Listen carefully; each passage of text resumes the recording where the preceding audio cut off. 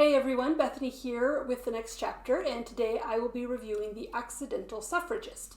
Now, I received this book as an advanced reader copy. It's going to be released on June 1st of this year, and I was given this book in exchange for an honest review. So I'm excited to tell you what I thought about this book, both the good and the bad, and let you decide whether or not you want to read it for yourself. This book is about a woman named Helen, and she finds herself participating in the women's suffrage movement toward the end of the movement before the women received the right to vote, those last 6 or 7 years of that movement. And it takes place in New York City, and she is a woman who initially works in a factory, but then through a series of events ends up working as a secretary for the offices of the women who are organizing rallies and events for the women's suffrage movement. So what I really liked about this book is that it did highlight some of the key events of the end of the women's suffrage movement and the different events that they had, and about them, petitioning outside of the White House and doing different parades and events in order to get more exposure, get themselves out there about wanting women to have the right to vote.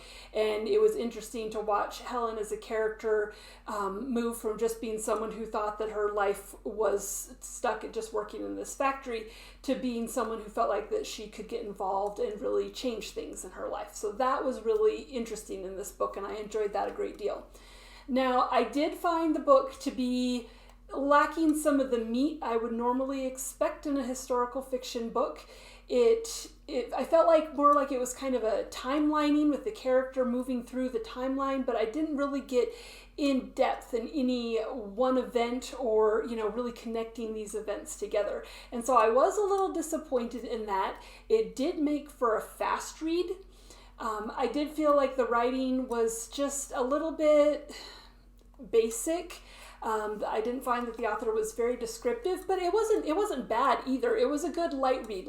I felt like I could sit down with this book, in a casual situation, beach read or whatever, and I wouldn't have to put too much thought in it. I'd have fun reading it. I'd have fun with this historical fiction setting, but it wasn't so heavy that, you really have to be focusing a lot on it. And sometimes that's really good. Sometimes that's the type of book you want to read. So it just kind of depends. Overall, I would give this book probably a 3 out of 5.